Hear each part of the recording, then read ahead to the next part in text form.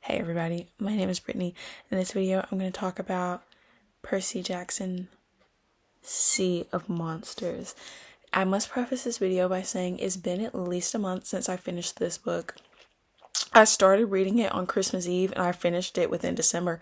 So I may not remember all the ins and outs. I did want to do I read a chapter and then I would talk about that chapter after I was done with it on video, but I ended up not doing that and I just rewatched some of the videos I did do. I only did it up to chapter 5, but I deleted all those and I just wrote down the points that I did make, but I may not remember everything that happened in the book is what I'm trying to say. And so this one may be shorter than the first movie chit chat, not movie, what I'm talking about, some movie for book chit chat, because I had recorded that video as soon as I was done with the first book.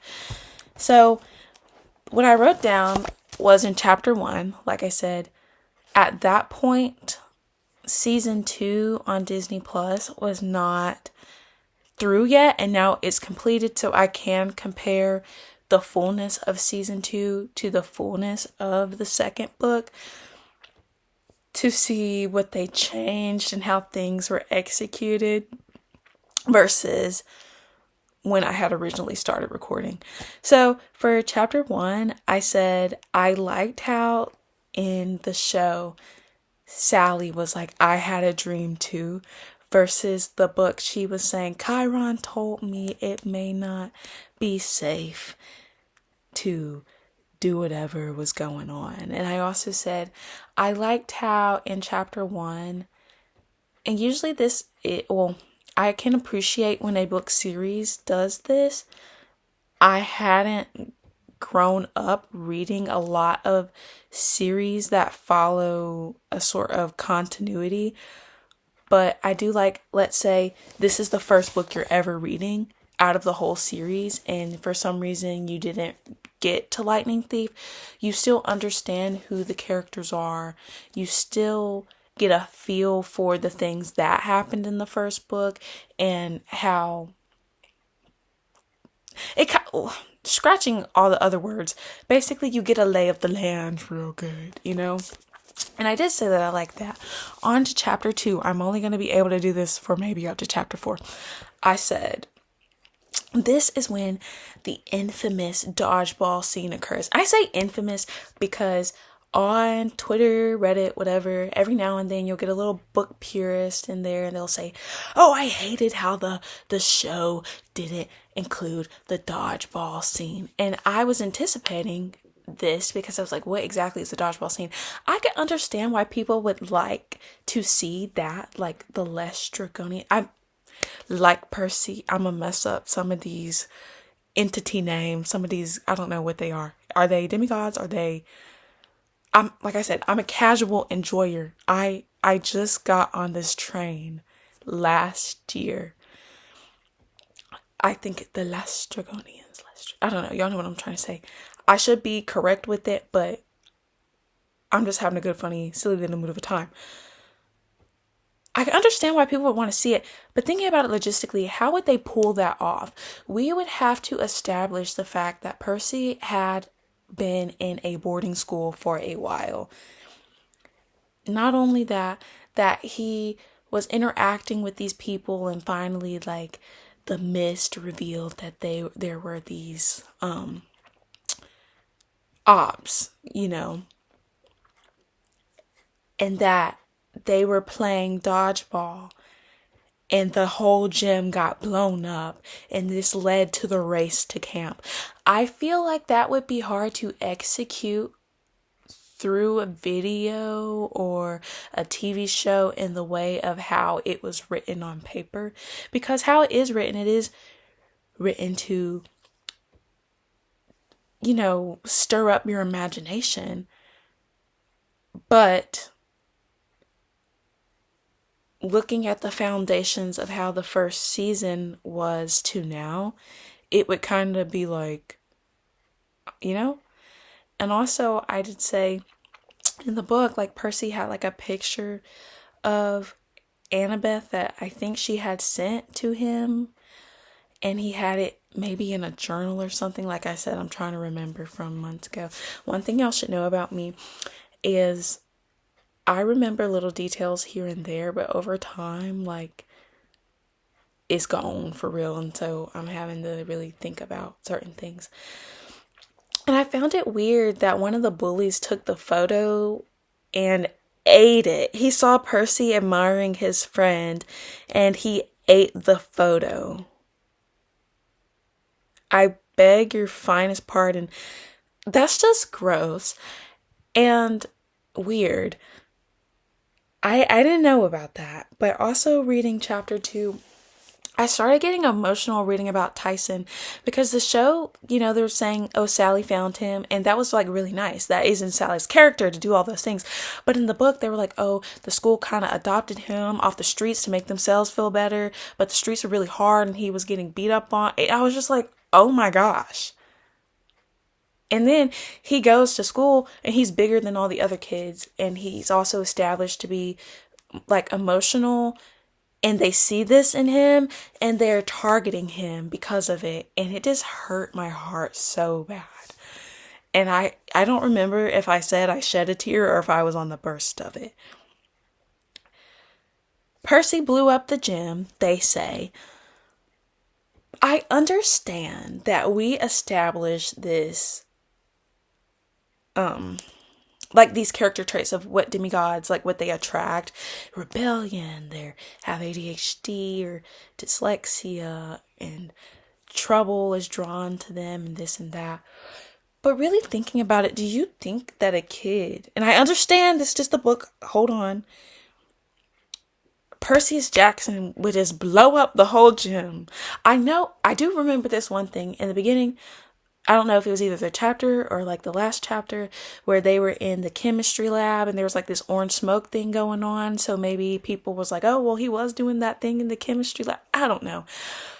But I do remember towards the end or somewhere in the middle where maybe there was like a news thing and all these kids was lying on Percy's name.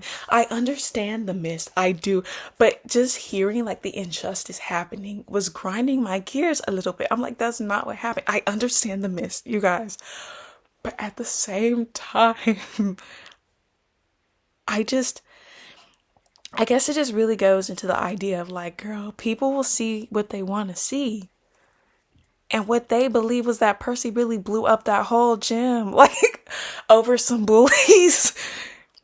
It sounds crazy, but then at the same time, if everybody en masse, like, let's say 100 people witness something happening, even if, like, let's say, in the natural sense, there is, like, a mist or a veil or whatever, if you get into those conversations, that can conceal certain things, and people collectively are having a memory of things that they saw with their eyes, and there are things going on that people can't see with their eyes, and everybody has the same story. Like, you would believe, like, if everyone's like, Percy blew up the gym, you're gonna be like, oh, okay, like, he had to do that. But we, as the readers, know, like, I hope you guys are picking up what I'm putting down, because this is where my mind was. When we got into chapter 3, we're with the Grey sisters, and they pull up, boom, boom, boom. I loved how in the show, they pulled up in a poof of smoke, and they was still in like a portal, and they came out on the other side of camp. Versus the book, they was driving all throughout Manhattan and all the other boroughs of New York, causing chaos, swerving in traffic, in and out, in and out, in and out. Tyson is sitting in the middle. I'm like, that is a choice. Tyson in the middle in the book. I do like how they switched it up in the show. And the Grey sisters are driving with their one eyeball, and then Tyson, I think, is getting nauseous, and I was getting nervous that I'm glad he didn't throw up in the naturally. For me, I have said this several times. Throwing up, other people getting sick, me getting sick scares me really bad. It gives me anxiety. I would have jumped out of the vehicle. Like, oh my gosh, like, what do you mean? Let me borrow your backpack to vomit in? No, thank you. Okay, the next thing I wrote down, I said, a pattern that I noticed. I don't know if this continues throughout the books. And I also am not sure if in the other books, Percy chooses to go back to Camp Half-Blood. Now, I got a little bit spoiled from the Titan's Curse, but I don't know about the rest at all.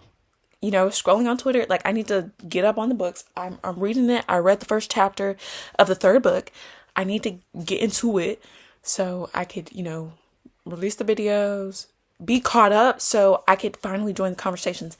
But I said a pattern that I noticed is that outside of camp, the people that Percy connects with are also people with abilities, but he doesn't realize it at first. I don't know if this pattern continues. Like I said, in the first book, it was Grover, and that was his best friend, that was his protector, and he had no idea. The second book, him and Tyson become friends. They kind of look out for each other a little bit, and he didn't realize until later down the line that Tyson is a Cyclops. I did realize the difference between the book and the show. Percy knew that Tyson was a Cyclops earlier than the book. In the book, I don't remember if he had got into the taxi with him and then realized, and Annabeth was like, hey, have you really looked him in the eyes? And then he did. He was like, oh my gosh, I never realized. I didn't realize. Hey, the mist. And I did in my mind kind of contextually with context clues remember the idea that the mist can sometimes affect demigods, because in the first book, Grover was talking about how him and the other people at camp, he was like, that knew about the whole situation and protecting Percy or whatever, was like, oh, none of us saw Miss Dodds coming. And they were kind of like, how did we not clock who she was? We didn't know that she was a Fury until it was almost too late and Percy was bones almost. Like, I wrote down, I also saw, and I have no examples of this. I didn't even use an example when I had rewatched the video. That I see there are moments of time where there are seeds of Percy accepting the idea that he may not, or not that he may not, that he may have a sense of overconfidence. And I was seeing, okay, this could be a character flaw. And I actually didn't realize until later they started talking about like fatal flaws, and I was saying, I wonder how they're going to use this in the books in later terms to like humble him. These are just my thought processes. The people who are watching this who have read all the books, and no spoilers, por favor, but also in your mind, you can think about how accurate that is. Or maybe they don't at all. Maybe they don't ever humble Percy. Ever. And that's all that I wrote down. And so now we have to look at the table of contents to see if anything sparks my memories. This may be a hot take. I did see a lot of people saying how Percy was so mean about Tyson in the books. And they liked how they switched, like they liked how they turned their dynamics as brothers in the show. But reading it, I didn't see it harshly, because I'm thinking, okay, I think Percy's supposed to be 13 right now. I'm just thinking like, this is his 13-year-old brain. Like, it's going to be confusing. Like, oh, Tyson is my brother, and him kind of working through his overconfidence and insecurities, kind of being at one point the only person in Poseidon's camp, and then now having a brother. I'm not sure if I'm just not remembering anything that Percy did that was really mean. I could be, but when I was reading it, I was just thinking, oh, this is just a kid trying to figure it out. And at the end, they do reconcile, and he's like, this is my brother, this is my friend, he gets saved. I did find it interesting, something that I did remember in the book compared to the show, the party ponies. I was giggling so bad reading Party Ponies. And I also remember giggling in the beginning. What was going on? And then Tyson was like, either it was like bad pony or bad horsey. Something he said that made me laugh. And understanding that Tyson is a younger Cyclops. But in knowing that, watching the show, him defeating Polyphemus. I know that's right. And also, like, Annabeth getting hurt really bad.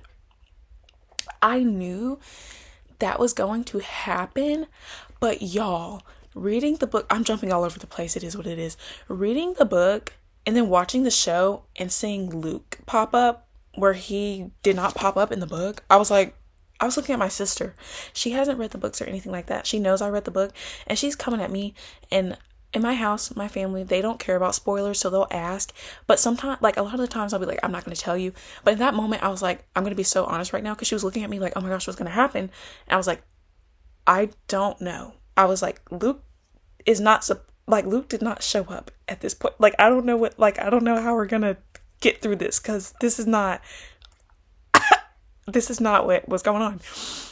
And like the Fleece, I thought they was all gonna gang up. Like, once they was all together, was gonna take him out. Whoop that trick. But no, Tyson took care of that. I did like that. I did. But having the storyline with Luke, deepening his character, I can appreciate that. And then also him not understanding, like, oh, like the Fleece being able to bring Thalia back. I do know, this is a spoiler for book 3, that in the beginning of book 3 is Thalia, Annabeth, and Percy, and he's like, they're all chopping it up like best friends. But at the end of the show, it wasn't the end of the book, I do know there was just a note in a box that was Poseidon, like, brace yourself. But then in the book, he had a dream, and that's what took Tyson away, which I'm gonna miss Tyson. I got spoiled that he's going to show back up in a later book, or, have like a cameo or whatever. But in the show, he was saying that his worst nightmare just woke up. And in the third book, they're best friends almost. Well, in the first book. The third book, sorry. Did he say that? My nightmare just woke up. Yeah, because he's just saying, I'm holding someone who's destined to be my best friend or possibly my worst enemy. Yo, that scene where Thalia woke up and her and Percy both, boom, that direct camera magic, whatever was going on, what do they call it? The perspective and everything, I like that. I don't know what it's called in film. Them like turning it and they both fall and like it pan back and forth. I did like that.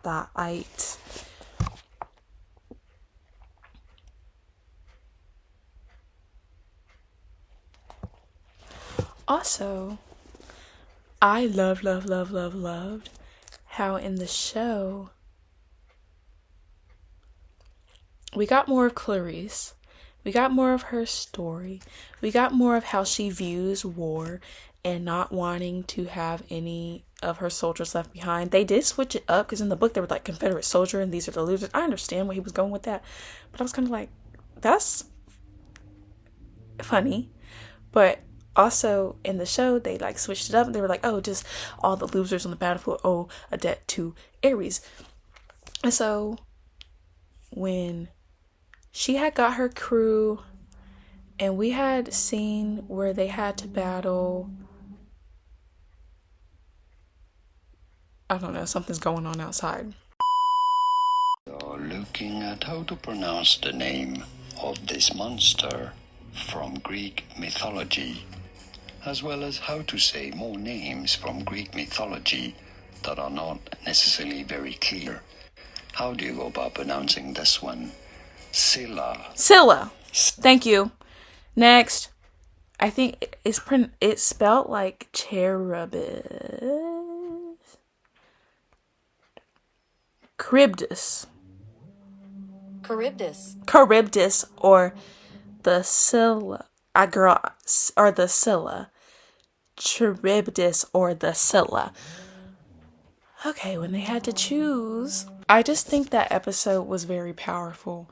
I know this is supposed to be a book review, but I must compare now that we have the material to compare, you know what I'm saying?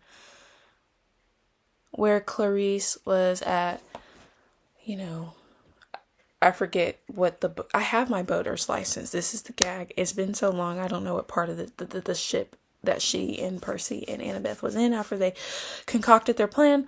But the scene where she had looked at that man and he had recognized that she had led them onto the bow of the ship to get snatched up by Scylla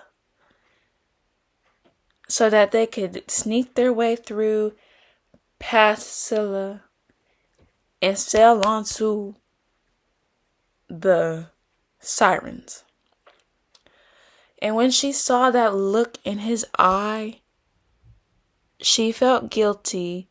And in my mind, I'm like, no shade, because I loved this scene. I did.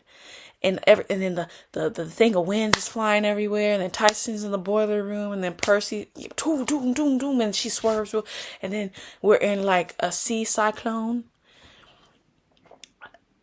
When I was watching it, I was like, low key, Scylla done snatched up 4 of your men. At this point, 2 more men wouldn't have made a huge dip. I mean, it played out how it was supposed to, because that was like her prophecy. Needing friends to help her, because if they wouldn't have showed up, she would have failed. But because they showed up, you know, everybody was able to work together, and there was whatever, and they had went to Cece's Island and all that. I will get back to Cece's Island, okay? But when that happened, I was like, girl, at this point, y'all should have just sailed on through, because now you done lost all your men, almost. The ship is torn to shreds. Everybody lived. Shout out to Rainbow. And I did like as well the hippocampi at the end instead of the party ponies.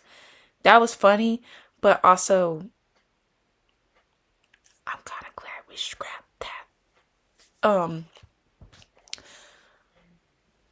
Looking at Cece's Island when I was watching the show, the way my jaw hit the floor when they had took the beeswax, and Cece just snatched it back, and then Percy's tied up on the ship. Him and Annabeth looking at each other like, what are we gonna do? Knowing that his fatal flaw is like loyalty and always placing others before himself. And then Annabeth in the book swimming in the ocean and almost drowning, and Percy having to create a bubble around her.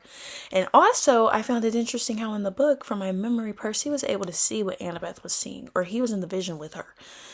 And she was seeing like her dad and Luke and Grover and all these different things. But in the show, they switched it up, and she eventually saw Athena, her mom. And tell me why I believed it. And I was like, oh my gosh, her mama showed up for her. And then that claw came out. And then Percy was like, Annabeth, no. And they got back. And I think I had to pause it for a second to process that I probably would have been Siren Chow. They were saying, don't believe anything you see or hear. Why, when I watched this with my mom, she didn't fall for it, and I'm glad for that. And she was like, girl, don't fall for it, girl. I'm like, oh my gosh, like, she wasn't emotionally pulled like I was. I thought Athena showed up, and she was like, I never seen anybody set a trap for the sirens today. Like, she took that siren out with her little spear. And I had to sit and think for a second. And then Percy was like, all I saw was you. But people was making that romantic, but I'm thinking, like, this is my thought process, that the sirens understand that, let's say, like, Annabeth's flaw, like, is pride, but then I think it's also, like, wanting her mom, like, wanting to be appreciated and accepted for who she is. And then they knew all Percy had to see was a friend in danger to be lured to where they were. And that would be enough to bring him over there. And then I can understand, like, I don't know, this whole time, and this is so silly, I've been saying PERKA-BETH. Is it not PERCA-BETH? People have been saying PERCA-BETH. I heard someone say it out loud for the first time. I've been reading it as PERKA-BETH this whole time. And it makes sense as PERCA-BETH because of the phonics of Percy's name. It's not Perky. We're not doing drugs. It's just, that's how I was seeing it. And people were like, oh, the kiss on the cheek, the kiss on the cheek. I think they're building it up. But one thing that I do know is that somewhere down the line in one of these books, there's going to be another love interest for Percy. And I know I'm not going to like it. I don't know. I think her name is Rachel. I don't know anything else other than that. And I know that her and Annabeth, they have a problem. And I don't know if they kiss. Like Percy, I think Percy and Rachel have a kiss. I know I'm not gonna like it. And I writhe at the idea of reading that because, you know, there's an end game that works so well. And I know as well it was kind of, people were saying, well, he liked Rachel because she kind of made him not worry about Olympus and the woes of being a demigod and all that, and being with Annabeth, like they're like in it together. But it's kind of like, I don't know, I don't want to get into it, but I do. I'm gonna wait till we get there to get into that. But if you guys understand, y'all just do. Let's see.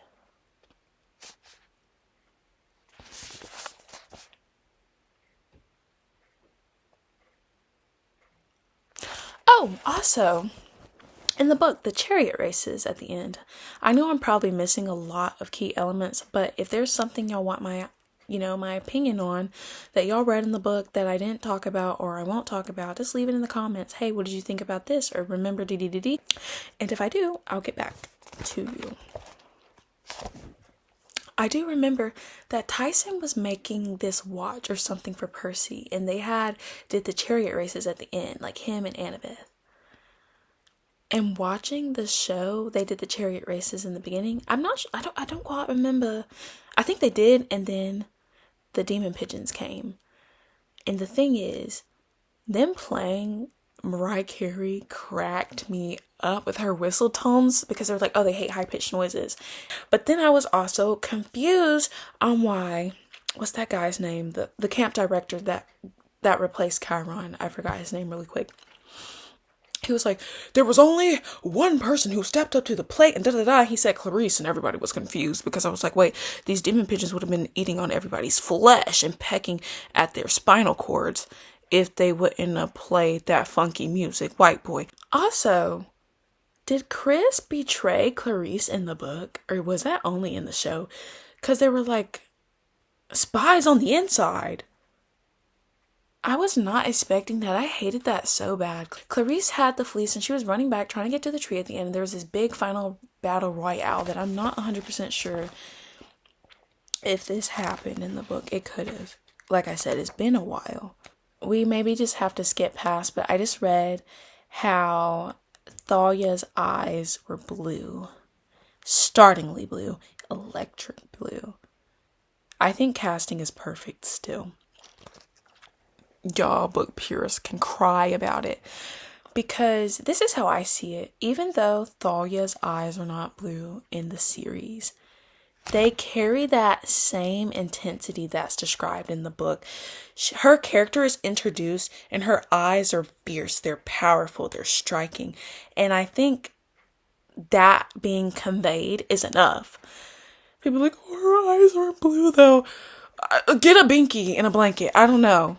And this is the thing, Luke, when he was talking, I don't know if he was either battling with Percy or if he was at the point where he was talking to Kronos. He was like, why didn't you tell me? Like he was, getting his thought process back together. And he was saying she lied, talking about talking about Annabeth. And I was like, wait, Annabeth didn't lie though. But his perception of everything was giving that she was lying. I don't know if Luke can be redeemed. Or I won't say can be, but like I don't know if he's going to have a redemption arc. But where we are right now, I'm not feeling it because he heard kill the son of Poseidon. And now he's trying to kill the son of Poseidon and he's trying to prove his loyalty to Kronos. And the way he was beating up on Percy, it was not looking good. Like, sir, you need to get, like, Percy, you need to get in the sparring ring and figure something out. Because this is the second time that he's almost gotten the best of you in terms of hand-to-hand combat and sword fighting. Seeing baby Annabeth and thinking back to the first season where she almost got stuck in where is it called? I forget. It's somewhere in the underworld, like where like the roots was coming up, and I was watching that. I'm like, oh, that was probably her regret going back to get that bracelet from Cologia. And I don't know if let me look this up really quick, because wasn't Luke just making it up so she could feel better because she was a little kid? He was like, oh, like if you wear this bracelet, nothing will hurt you, but it was from a cereal box. He was saying Cologia, and I was like, wait, are they trying to make a funny hee hee ha ha like Kellogg's breakfast cereals, plural? Or is Cologia like a real like goddess or something? Oh, it is. Wait, no, it's not. It's not. Okay. When I looked it up, Cologia is not a real goddess. Okay, cool. So I was right. Disregard the, oh, it is for a second because I just misread one thing. It's not. So I'm thinking like, oh, Cologia, like Kellogg's breakfast cereal, and he just got back in the day. If you guys don't remember, there used to be like toys and stuff in the breakfast cereals. And I did think that was a sweet gesture of Luke, but her believing in that and going back and then feeling like she put everybody else in danger is no way, like there's no way that she could have known that. But I also understand from a human point of view, Annabeth's mindset of having and feeling the need to think 10 steps ahead and think of all the possible outcomes of a situation. But that is so stressful. And this is just talking real because I related to her in a sense of just thinking and computing and processing and analyzing and strategizing over and over and over and thinking about the past, how things could be better. And sometimes, like she said, like you can choose what to do, but other people also have that choice. There's free will. And in doing that, you can't 100% predict what people are going to do. Even if you have an idea of what may happen, things could change in an instant. And that is the stressor, that there are little choices. There are things that can throw off the idea of a plan that you had in your mind that is seal proof. But that's given that everyone acts according to plan, but you cannot guarantee that. And that what me and her alike eats at your insides. Just understanding that this should work, and when it doesn't, just feeling like, not like it's necessarily your fault, but just, man, if only I would have did this, or if only I would have did that. But it's like, life doesn't happen that way. So breaking out of that thought process, I could see them using that in future books to, work through her character flaw a little bit more. And like even me personally working through that and really beating it into my mind.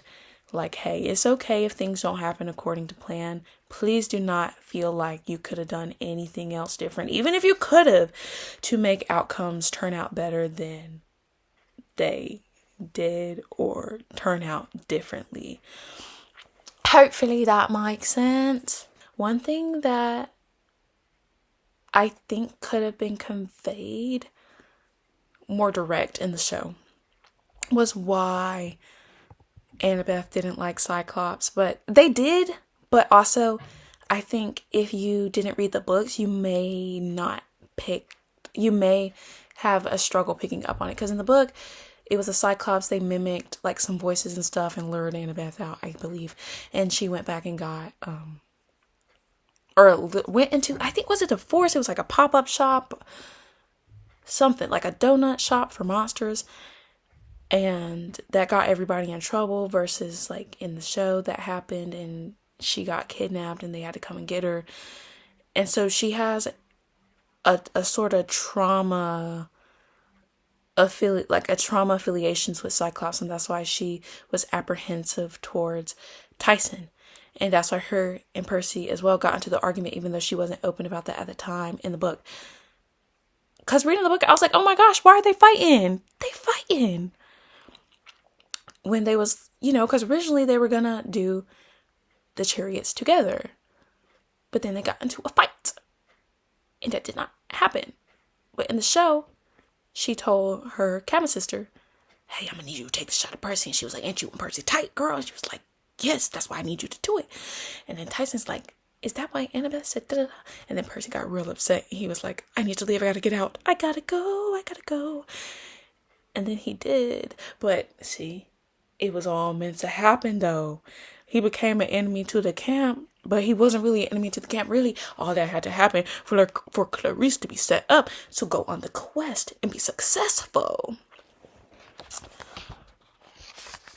What else? I'm sure there's more. I'm going to try to do better, y'all, the next time. I'm going to try to do better reading the Titan's Curse. I just know there were things I missed, but this is based off of memory. I'm going to try to take notes this time. I'm working off of what I got. The chariot race ends with a bang. Oh, speaking about bangs, y'all, another thing, Tyson was cracking me up in the show, y'all, when he made when Annabeth and Percy was in trouble and they was all down in the ship where Luke was trying to recruit them kinda, and then Tyson was working with the others. And they were like, what do you call this? He said, a bomb. And then also when they was running away and then Clarisse had showed up and they was all burping and stuff. And then Annabeth had, and I was like, Clarisse, girl, I hope you learn from this not to, this is from the show. I hope you learn not to tell your enemies at this time. This was meant to happen, but in the future, for the real ops, don't pinpoint the sturdiest, smartest people of your crew, because then they immediately become a target. Oh, you tell me that you won't be able to finish your assignment without these 3 specific people? Say less. I'm coming for them, And then also, one thing that I like about the book, I know I said, oh, I'm going to go, whatever. I'm like just looking through and I'm remembering things. Shout out to memory. The hippocampi only being able to come so far because of pollution that the humans are doing to the earth. I do like how he is very into his environmentalist bag. Like, humans, stop littering and stop polluting the oceans. He did it in the last book. He did it in this book. And the hippocampi couldn't even come all the way to the shores because of the human beings and the pollution that they are doing to the waters. That's what I was getting at. That's what I was getting from reading this book. Let's see. Is there anything else? He talks about his nautical senses coming to pass. I did rock with that. He's like, I know where I am. We have arrived. I really, really like this season. And shout out to Sally in the show as well at the end, where she had pulled up as the plug driving everybody. And she was like, I've raised a demigod for 13 years and a Cyclops as one. And then the cashier's like, low key, if y'all heard that from somebody in person, what y'all doing? Like, are y'all tuning in or are y'all minding y'all's business and turning around? I think I would tune in a little bit. Like, what do you mean? What's she talking about? And then I think I would mind my business for the rest of the day after that. But I would think about it, like, Cyclops, demigod. I did find that funny. And this is the thing, people are saying, oh, they aren't incorporating humor. I've been laughing this whole time. I find the show, Percy and his thought processes as well, funny. Like, yes, there are a lot of jokes in the books that they didn't bring over to the show. But just because they're not the same exact jokes, like, y'all can laugh. It's okay to laugh. I think some people, they get so stuck in the idea of how things should be that they aren't open to change. But I think the changes are great because I finished the book before season 2 was done. And I was able to see the changes that they made, and I liked them. And I liked the script. And I thought a lot of the things were funny, even if the jokes weren't conveyed in the exact same way, even if the storyline wasn't, set up. Like seeing Luke come up, I was shocked. And seeing as well, Polyphemus not being a dope, I was like, oh my gosh, how are they going to get out of this? Like, he's smart. He has an IQ of 160 now. Like, what do we do? He's like, you think I'm so dumb? Polyphemus can smell. Polyphemus can hear when demigod friend shares dream with his satyr friend, and satyr talks in the middle of the night. Like, that sent a chill up my spine, y'all. He was like, I will add your voices to the collection. Like, y'all, if you take away the whimsy of this show, how terrifying are those words? Like, if this was, let's say, like a Blumhouse film and their horror movie characters, like, I will add your voices to the collection. I will add your voices to the collection. Like, it's just like, excuse me? Because Grover was able to get away with wearing that veil and saying, oh, I'm wearing goat-scented perfume. And where exactly do they sell goat-scented perfume? On this side of the island. But Polyphemus wasn't going to ask that. And then also, when I had read in the table of contents, nobody gets the fleece, I was like, what do you mean nobody gets the fleece? But then reading it, I'm like, okay, they was going back off of that other Greek god story, or demigod story. Who was it? I'm not remembering correctly, I don't think. And he had got the best Polyphemus by saying nobody. And then he was remembering, he was getting mad.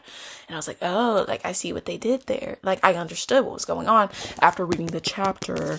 And then one thing, they love to they done knocked Clarisse out like 3 times. I'm like, I hope when y'all go back to camp and they give y'all some of that nectar that y'all get brain scans to make sure that y'all are okay the long way. I know the fleece. Okay, this is a real question I have. When the fleece was, like, after it healed the tree, was the fleece still there? Or did it take up all the healing from the fleece and it disappeared? I need to know. I don't know if they addressed this after, because Annabeth got shot with an arrow at the end. Percy, he got, and then he got struck by lightning through Thalia, and he was out cold for 3 days. I know that they were fine. But the fleece, what happened to the fleece after all this? Does it go into did it go into safekeeping? And then are we ever going to find out what happened to Pan or where Pan is? These are the questions I have.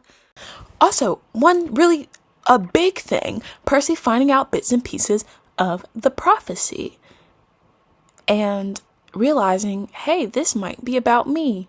Or it may not be about me. We'll see. Or it could be about Thalia. And that's why they didn't want her to be resurrected from this tree. Because she was being...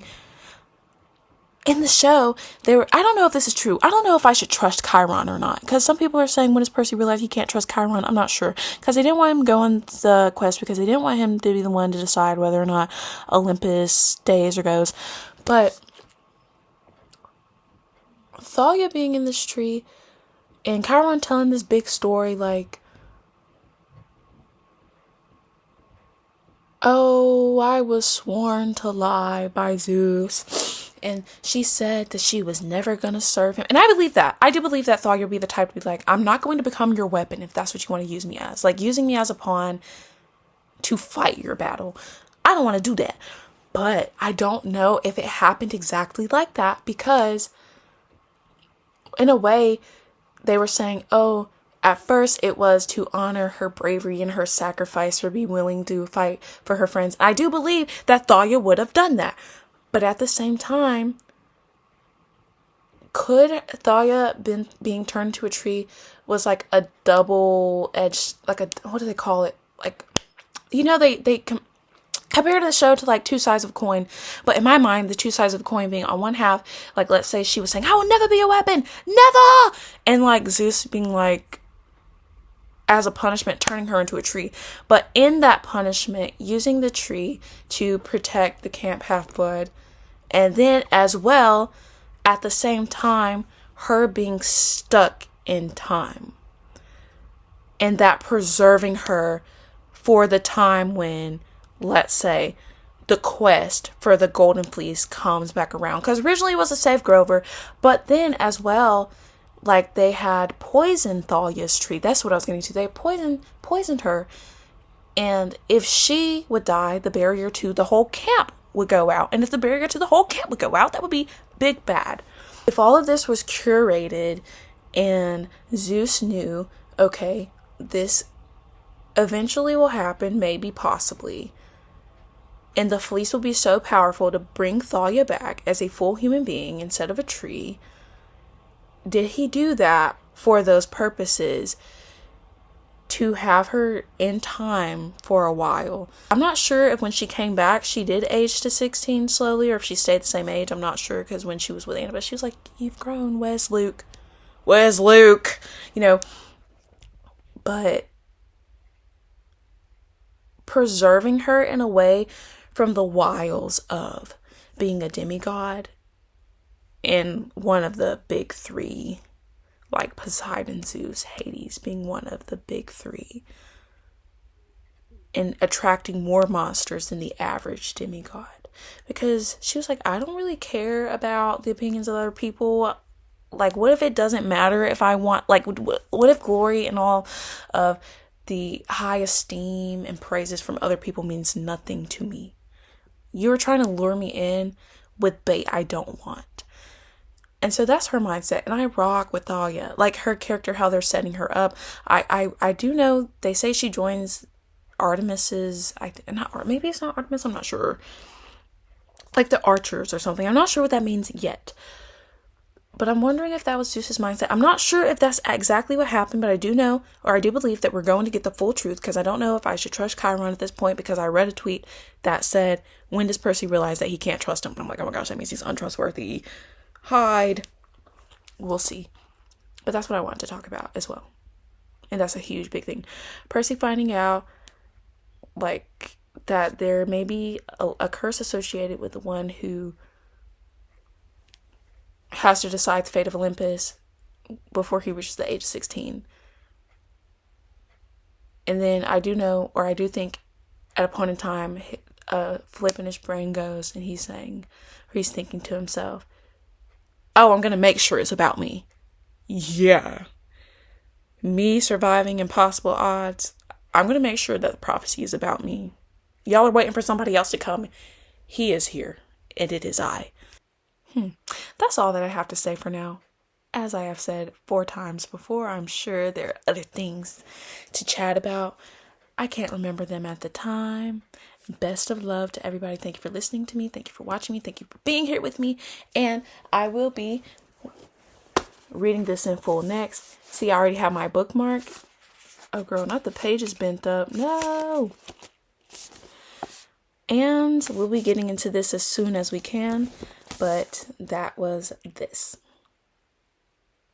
I was posing for a thumbnail. Hopefully it's good enough.